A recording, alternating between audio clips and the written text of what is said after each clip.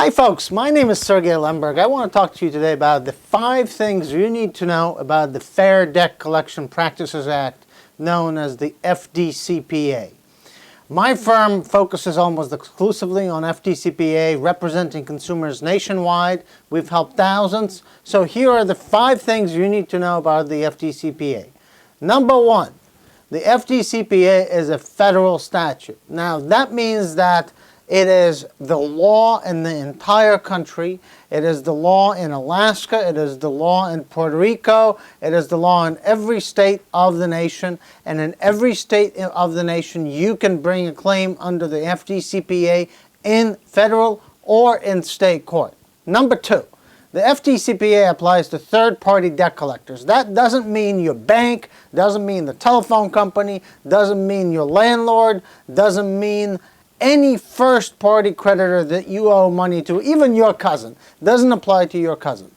It applies to debt collectors, people who collect debts as third parties for first parties. Debt collectors are people who buy debt, or debt collectors are people who collect debt for others. It also is applied to lawyers who collect debts as part of their practice. So, doesn't apply to original creditors, applies to debt collectors, and applies to lawyers collecting debts. Number 3, the statute prohibits any deception, any intimidation, any harassment. It prohibits any interruption of your life that's unreasonable. There's a major list of prohibitions in the statute.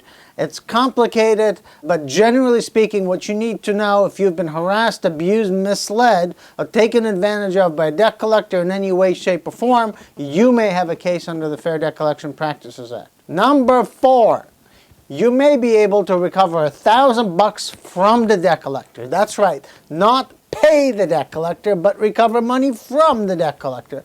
Up to $1,000 for the harassment you've suffered under the Fair Debt Collection Practices Act.